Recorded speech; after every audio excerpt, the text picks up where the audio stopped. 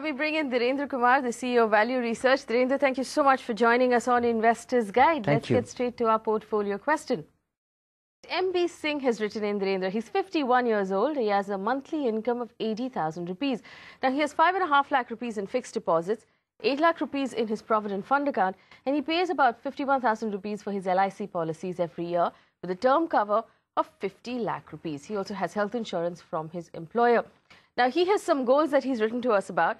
48 lakh rupees for his daughter's weddings in the next 2 years or so. 15 lakh rupees for his son's education and his own retirement, for which he wants to put aside about 1 crore rupees. He wants to know how he should achieve these goals. And this is something I feel very strongly about because we have so many viewers who write in saying that they want to save for their daughter's weddings and for their son's education, almost as if you don't want to save for your daughter's education. This is something that you should think about very closely. Why do we have to segregate it like that? As a society, these are questions we need to ask ourselves. Setting that aside, Narendra, according to me, he doesn't have enough insurance. What would you like him to do first? Should he be moving money out of those LIC policies and buying a pure term cover that can insure him for up to 1 crore rupees? Because that is his need based on his salary. Yeah, certainly, his urgent need is to have adequate insurance, and that will not cost him, a lot of money, increasing it from 50 lakh to 1 crore, and it requires a closer assessment. He can be a little liberal with his estimation of the insurance need.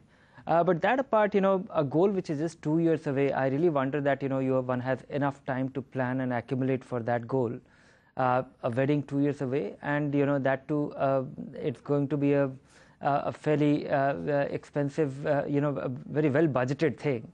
So I really wonder that one has enough time for accumulating or having a strategy. So he'll have to look at all that he has saved so far and try and optimize return on whatever he has been able to accumulate. The other goal, which is longer, he has few years.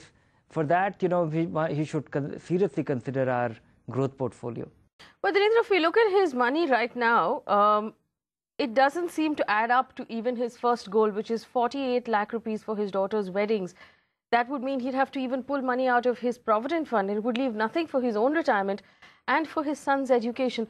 Does he now need to reconsider his goals altogether, maybe rationalize them a little bit based on his savings? Certainly, if it is a possibility, then he should seriously consider in terms of rationalizing or scaling down the wedding expense. Because that will be a compromise on his own retirement accumulation. He's, has to retire in 9 years' time. He has very little time to accumulate his savings from here on. And after this, if he is actually, taking money out from his Provident Fund, then that will be a permanent dent. And 9 years' time is not good enough to have substantial accumulation. At the same time, one's attitude towards assuming risk or ability to withstand the kind of volatility which we see in the market will also go down. One will be very, disappointed or upset with the intermittent ups and downs. So he can't assume substantial risk from here on. Well, Narendra, we also have to look at his mutual fund investments, and he has a very interesting mix of investments. He has the DSP BlackRock Equity Growth Fund, IDFC Premier Equity, UTI Opportunities, HDFC Balanced, and the iProve Focus Blue Chip. These are all excellent funds, and the first three are really good. But it does seem a little haphazardly put together. Would you like to make any changes? I would not say that this portfolio has been put together thoughtlessly.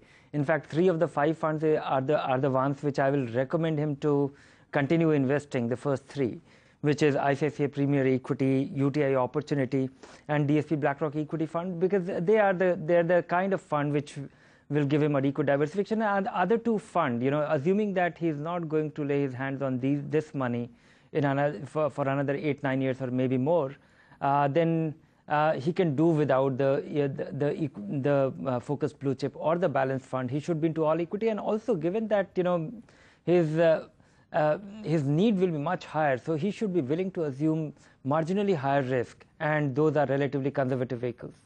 Just before we sign off on this particular portfolio, Mr. Singh, I also want to warn you very carefully about borrowing to meet your needs. If you're going to be taking a loan again, consider your assets and consider your ability to pay that loan on a monthly basis before you borrow to meet that target of your daughter's weddings. You can get back in touch with us if you need any more help. Let's take another question. Shyam Kirkare has written in. He's 74 years old, Narendra.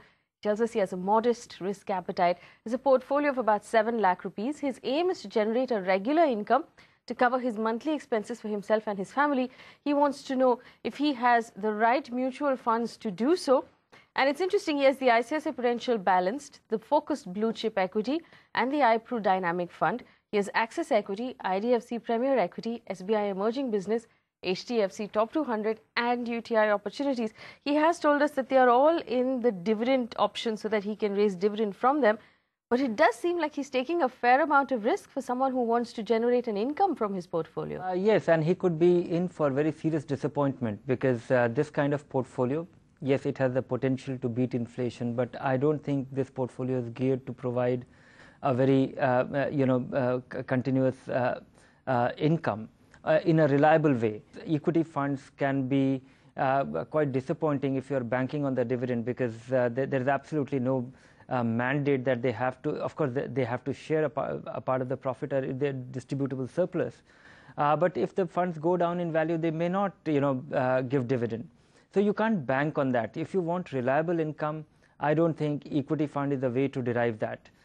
Yes, if this is a supplementary source of income for you, then we should certainly, I will recommend you not to think in terms of deriving income in the form of dividend, but go for our income portfolio. All right, and of course, like we always recommend on this show, someone in your age group should consider the Senior Citizen Savings Scheme to generate a regular income. And of course, over and above that, Narendra is saying our income scheme, our income portfolio is also something that you can consider. If you have any more questions, you can always write back to us. Arvind has also written in, Narendra, he has investments going on in an SIP in mutual funds. He's now looking forward to invest a lump sum amount. He wants to know what funds he should invest that money in for the next 5 years. We keep saying this, Narendra. He hasn't told us what funds he has right now, but he shouldn't be doing a lump sum investment, especially when the market is on the level that it is right now. Do you mind telling him one more time why we should all avoid making lump sum investments into equity mutual funds? It is very easy for investors to get started and think in terms of making lump sum investment, more so when the market has witnessed a 25% gain, or most equity funds have gained substantially in recent weeks and months. So there will be a temptation, but that could be very risky, because once you get in and you see a massive decline in a brief period, you will be tempted to pull out as well.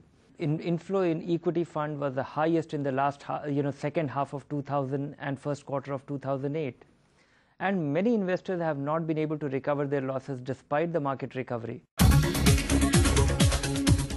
Welcome back. You're watching Investors Guide on ET now. Narendra Kumar is still with us. It's time to do our product review, and this week we're looking at the HDFC Prudence Fund. Avan is here to give us an introduction. Avan. Thanks, Faye.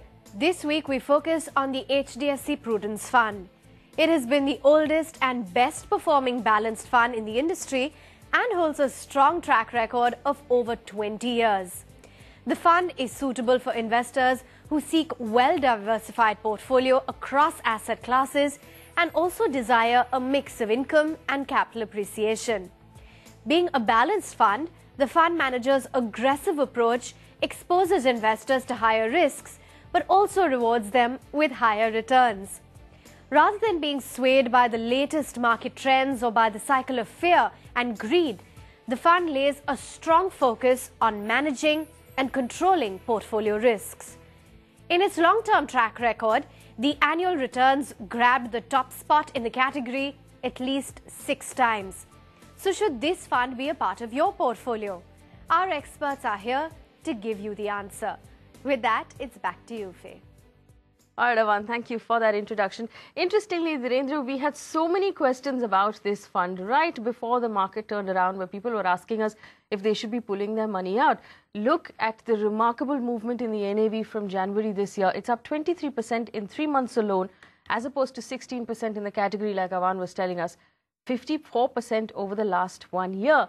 What are your expectations going forward from this fund? Yes, undoubtedly 2013 was possibly the worst year in the life of this fund, and I would say that it is a very high performance balanced fund. It has completed its 20-year, it just completed its 20 year, and giving an annualized return of 20% is quite phenomenal. And it has been, but you know, looking at the way this fund is configured, it is very unlike a balanced fund. Many a times it actually delivers more. It performs better than many a equity fund, and more so in a turbulent market or a declining market. This fund remains a great balanced fund, a high performance balanced fund, but it is not great on the balancing act. Many a times when we see that, you know, the mid caps and the small caps struggle, its equity portfolio is like a mid cap fund. Investors who are invested should continue. Investors who are thinking long term and they can afford to ignore the interim turbulence, they should well consider it for a superior return. All right, Narendra, finally, your star rating of the HDFC Prudence Fund, where would you place it? I would give it a 4 star simply because of its orientation of the equity portfolio for a balanced fund. 4 stars there for the HDFC Prudence Fund on Investors Guide. Write to us if you have questions about that review or about that fund. Let's move on now to our hold or sell segment. Well, Balaji has written in, he's 38 years old and he's investing for his children's education and his own future. Now, he has a time horizon of 10 to 20 years. He wants to know if his mutual funds are on track. Narendra, the first fund on his list is a Franklin India Blue Chip Fund. It's an excellent fund, really. But for someone with a 20-year horizon, would it be too limiting to large caps? Yes, it's an outstanding large cap fund. It has a very long history. It continues to keep a very strong focus on high quality companies. And but I think, you know, he'll be better off with anything which is all cap for given his time frame. And I always suggest that when you want a low maintenance portfolio, diversify. And of course, this is a diversified fund when it comes to the kind of stocks it will be investing. It will be diversified across sectors, but it will be only in large, big companies, never in small and mid-sized companies. And that could be quite promising given his time frame. So I would suggest that he substitute this fund with some other fund, maybe a Prima Plus or a flexi cap fund could be a superior alternative. All right, those two options are on your screen. His next holding is HDFC Equity, Narendra, and the ICICI Prudential Dynamic Fund. Now, both of these funds are funds that you've personally recommended on the show. Ideal for someone with his time horizon. Would you like him to continue both of these funds?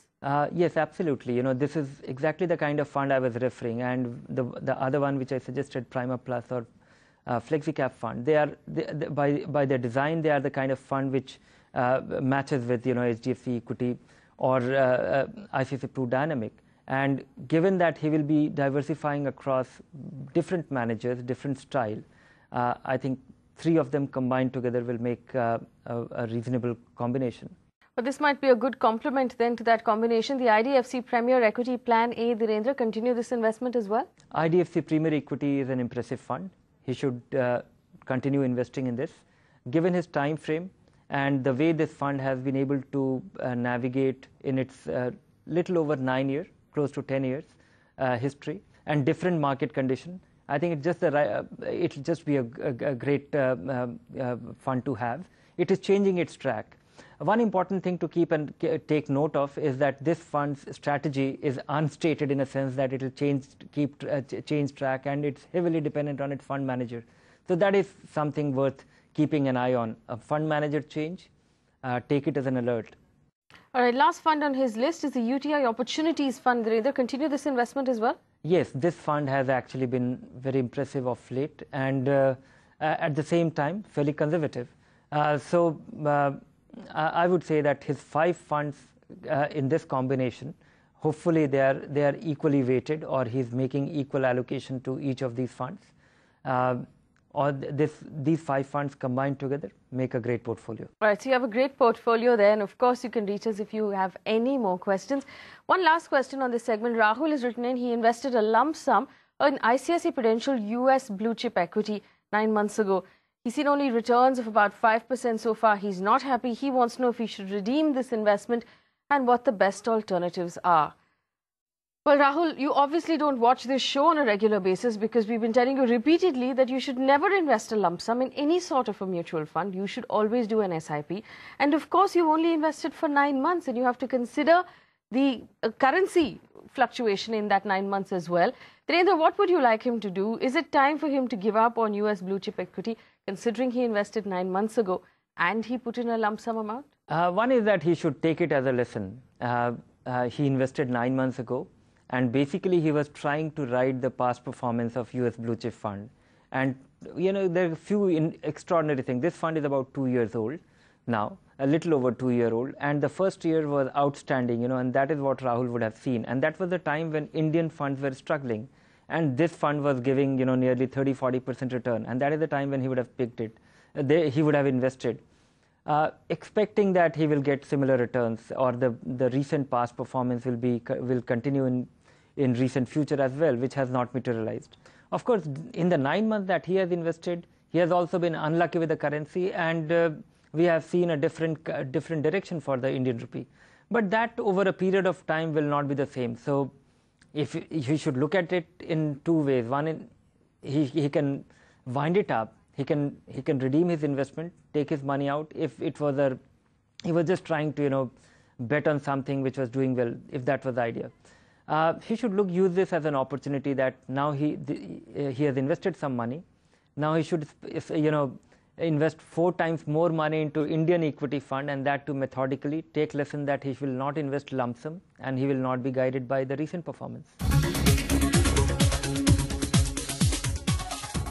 Welcome back. You're watching Investors Guide on ET Now. Thank you for staying with us. Gajendra Kothari has joined us again to answer all of your questions on insurance. Gajendra, thank you so much for coming in. Our first question comes in from Mrs. Kamakshi. She tells us she's a retired teacher. She's 70 years old. Her LIC agent recommended that she buy the LIC Profit Plus Growth Plan in 2007, 5 lakh payable for 5 years. She bought 4 of those plans, Gajendra. And she tells us now the NAV has been very disappointing. She wants to know, should she redeem those investments and reinvest it in a fixed deposit? Now, first of all, Mrs. Kamakshi and anybody else who's watching, you don't need 4 identical plans of the same company. What you basically did is put all of your eggs in one basket, and then you dropped the basket. Gajendra, what can she do now? She says that if she pulls the money out, she's not going to lose anything. There's no penalty. I'd recommend she pulls the money out. What would you recommend she does? So I completely agree with you. This is a clear case of mis-selling with Ms. Kamakshi. At 65, I don't know why the agents push insurance to a person. She doesn't clearly require insurance at this age because there's no dependence on her. Now that she's completed 5 years and she doesn't have to pay any surrender charges, I completely agree with you that she should pull out from this product. Now she has multiple options. If she has just 3-year horizon, if she wants to withdraw the money in 2017, then I think she should go either with fixed deposit, or she can go with safe option like a debt fund, wherein she can expect 9 to 10% return. But if she can extend the horizon a little bit longer, maybe to 5 to 6 years, then I think with the way the things are right now, the economy moving forward, she can put some of this money into an equity fund, a diversified equity fund, or a balance fund. So that would give a little higher tax-free returns, which would subsidize some of the losses which she has incurred into this product. So she can split into maybe 2 parts, 50% maybe into debt and rest 50% into a balance fund or an equity fund to give some high returns in the process. All right, quickly, next question. Swati has written in on behalf of her husband, who's the only earning member in the family, and he takes home an annual income of 16 lakh rupees. They have a few LIC policies, which is a few more than necessary, in my opinion.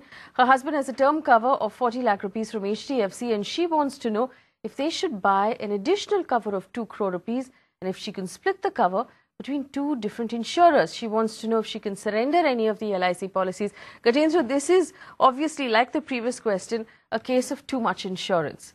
All she needs is 1 cover for the earning member of the family, which is with a cover of about 10 times his annual income. So how would you like him to go about this? What should they do at this point? Yeah, so Faye, I think I would like to congratulate Swati and her family. At least they have done right decision by buying term insurances. Obviously, as you rightly said, they have few more policies than required. But I could see that most of these policies are term insurance, which is the right step. Now, having looked at those policies, she's presently very underinsured. I mean, her husband is presently underinsured. and their decision of buying additional 2 crore is a very timely decision. So they should go ahead and buy a 2 crore online term insurance compared to offline, because they can save a lot of premium in the process. Now, the question of buying whether 1 policy or 2 policy, I may like to leave it to the person, because in my opinion, if you buy 1 policy, that should be good enough. Most people think that they should split it because it's a big amount. What if one insurance company doesn't pay, so they want to diversify the risk? I actually don't buy this logic, because I say insurance is a contract, and we are supposed to provide the information correctly. So if the information which we provided regarding your health or your income details, if they are all correct, I think no company in India or anywhere in the world would reject the claim. So there's no point of buying multiple insurances just to diversify your risk. So I think she can go with 1 company or 2 company as per preference, but she should go with only term insurance. And just another point, the minimum cover should be 10 times of his annual income. Ideally, I would recommend it should be 15 to 20 times, because he's young and the premium will be much lower at this age. All right, one more unhappy insurance customer. Hari Babu has written in. He invested in the HDFC Young Star plan in 2008. For 3 years, he said the returns were good.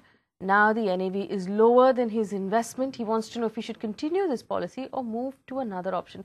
And this answer should go out really to all of our viewers right now who are holding insurance policies that they are unhappy with. How do I gauge that policy? What do I decide to do with it? At what point should I pull my money out? Gajendra. So Faye, when it comes to investing for children, most investors become emotional, and they want to secure their children's future for their education, and that's why these plans become very important for them. But I think they should always keep the investments and insurance separate. Planning for your children through insurance way is not the right tool, because there are a lot of charges involved in it, and that is why it doesn't give you optimal return in the long term. So I think having completed 5 years into this, he should come out of this product, and there's a better option like a diversified equity fund, which can give far better return than these policies. And over a 5 to 10 year horizon, I think you can expect far better return than these products. All right, we've run out of time on this show. Gajendra, thank you so much for answering those questions. But I'll tell you what we'll do, because so many of you are unhappy with your insurance policies right now. We're going to bring in members of the insurance industry, CEOs of the companies that have sold you these policies. Send in your questions. If you're unhappy with something, write to us. We'll bring in the company, we will ask them about that policy, we will ask them to answer your questions here on the show. In fact, you can get on the show on the phone and call us as well. Remember, email ID is on the bottom of your screen, and you can reach me personally on Twitter. We'll do an insurance special. We'll make the industry accountable for the policies that they have sold to us. That's on Investor's Guide. Stay tuned. Thanks for watching.